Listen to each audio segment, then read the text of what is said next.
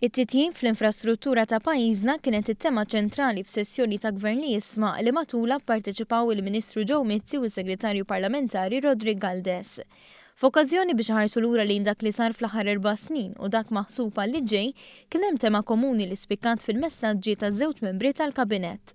Dik dwar kif dak li ma sarx jew ma tlestix f'amministrazzjoni nazzjonalista tlesta fl-ewwel 4 snin ta' gvern immexxi minn Joseph Muscat.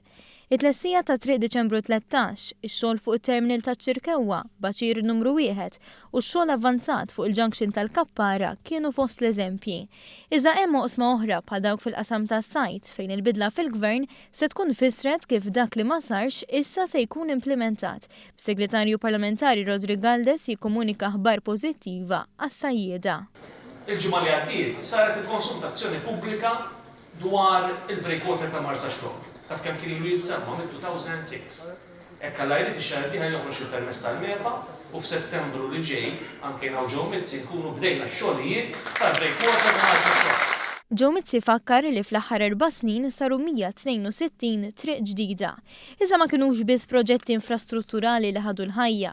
Il-Ministru Mizzi tkellem dwar it-trasport pubbliku. Differenza hemm bejn trasport pubbliku tal-lum u ta' snin ilu meta kien hemm l-amministrazzjoni qabel. Ma diċ għalfejn jittik tal-batajb li nfakkar fis-CEO tal-Arriva illi f'gazzetta qal ċaru tont illi kien falliment tal-gvern li għadda, illi kien hemm konsulenti li ħadu ħafna flus u ma produxew xejn.